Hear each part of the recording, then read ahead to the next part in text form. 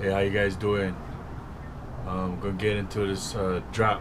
I think it's gonna be a short one though, but I'll get into it later. This got this from King Drop, and it's called Ancient Knowledge, Part 1 through 6. So let's get it.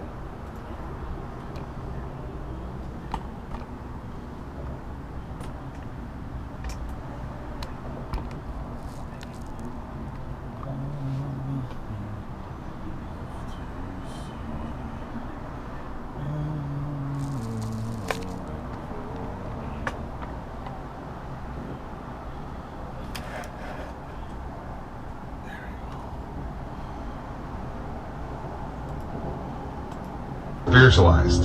Okay, so it's very, very healthy to do this.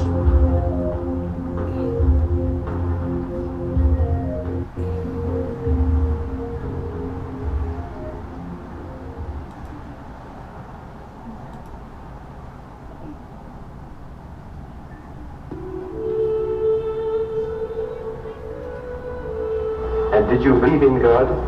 Oh yes. Do you now believe in God? Now? Difficult to answer. I know. I don't need to believe. I know.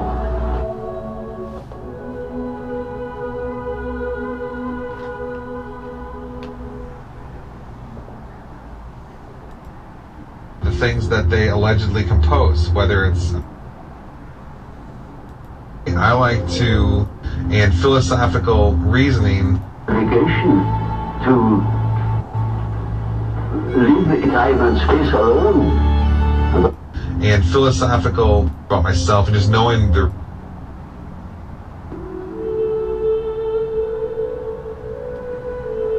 And did you believe in God?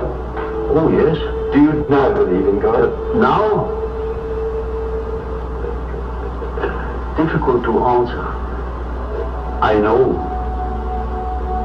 I don't need to believe. I know.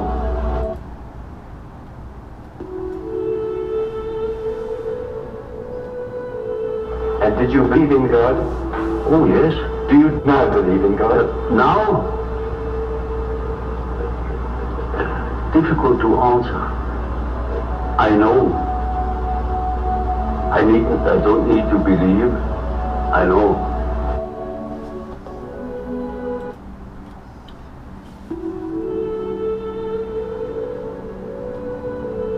And did you believe in God? Oh yes. Do you now believe in God? Now? Difficult to answer. I know. I don't need to believe. I know.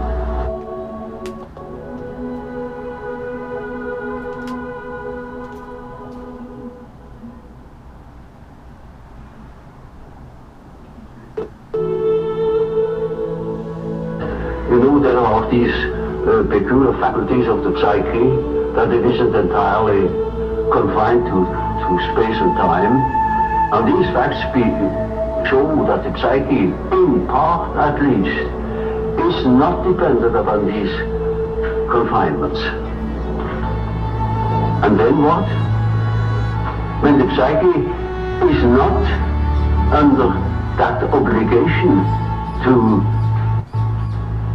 leave time and space alone, and obviously it doesn't, and that means a practical continuation of life, of a sort of psychical existence beyond time and space. Only ignorance deny these facts, you know. Do you yourself believe that death is probably the end, or do you believe? Well, I can't say. You see, the word belief is a difficult thing for me. I don't believe. I must have a reason for a certain hypothesis. Either I know a thing, and when I know it, I don't need to believe it. If I don't allow myself, for instance, to believe a thing just for the sake of believing it, I can't believe it.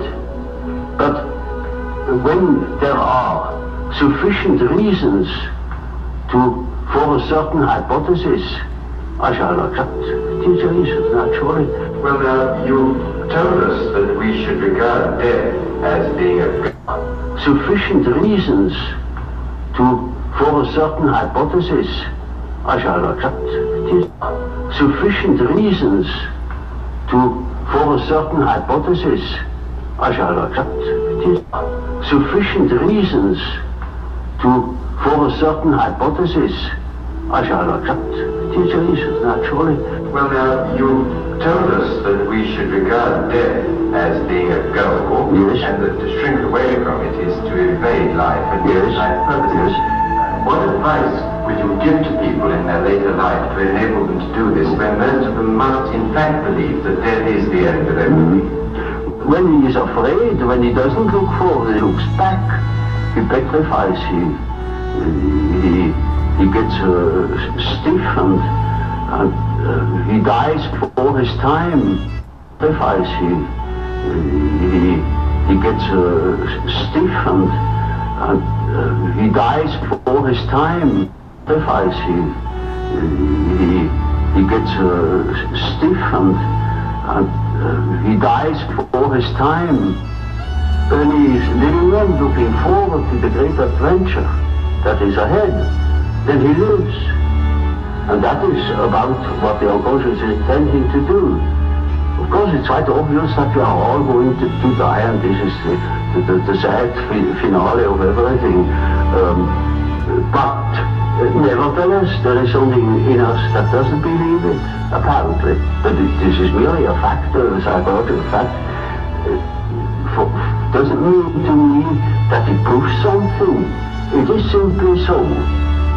And I think if you think along the lines of nature, then you think properly.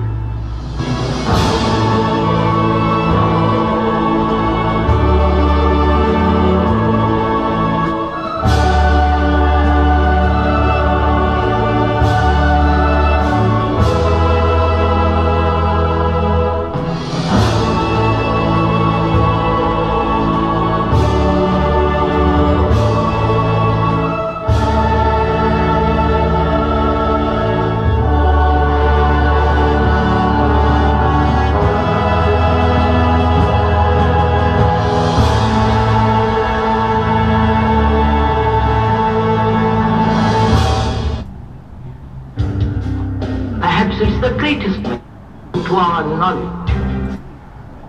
Guards outside? As you are watching this, understand that it is not a fight to be fought.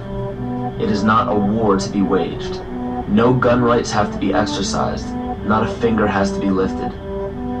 Most people wonder how one person can make a difference.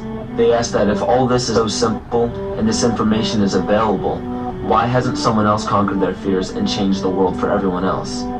This is the most difficult and beautiful conundrum to our lives. Your reality affects you and only you. Your curiosity has led you to this genre of information to serve a very specific purpose in your life.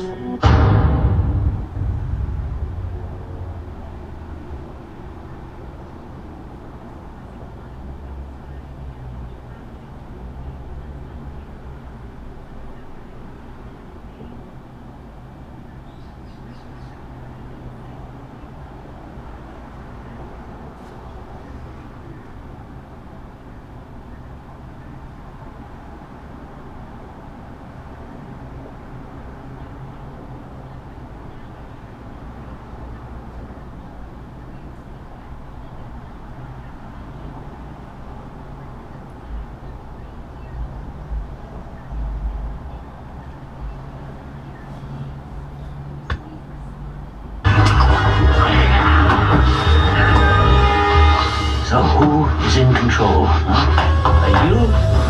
Am I? The guards outside? The warden in his office? Yeah? Who's in control? Testing. 1, 2, 3, 4. Dr. Ethan Powell interviewing Dr. Theo Corder. Now, this will be a very simple test. Pass or fail, life or death. Ready, Jean? Now you write on this paper what I have taken from you. What have you lost?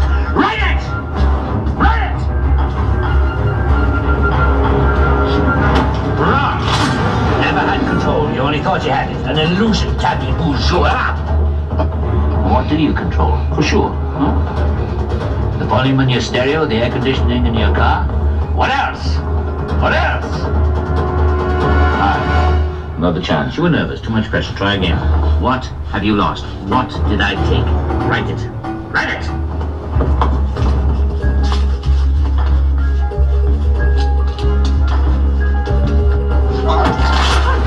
You fool, Udah! You think you were free? Where were you going at 2 o'clock today? Into the gym, right? In the morning, your wake-up call. In the middle of the night when you wake up sweating with your heart pounding. What is it that has you all tied up, Joa? Tied up in little knots? Is it ambition? Yeah. You're no mystery to me, boy. I used to be you.